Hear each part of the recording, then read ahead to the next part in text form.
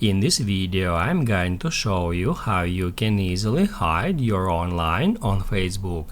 Be sure to watch the video to the very end so you don't make any mistakes, and of course do not forget to like this video and subscribe to my channel.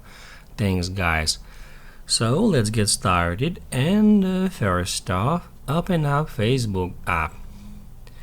Then go to menu, and after that tap at that gear to move on to the settings and privacy. Now guys, you might have noticed that Facebook changes the design of its mobile app all the time.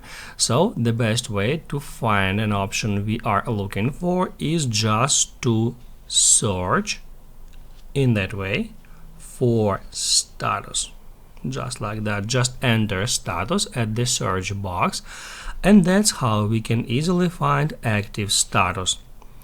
After that, on that page, all we have to do in order to hide our online from others is just turn off that option. Just tap at that toggle and then tap at turn off. If this video helped you out, don't forget to hit the like button.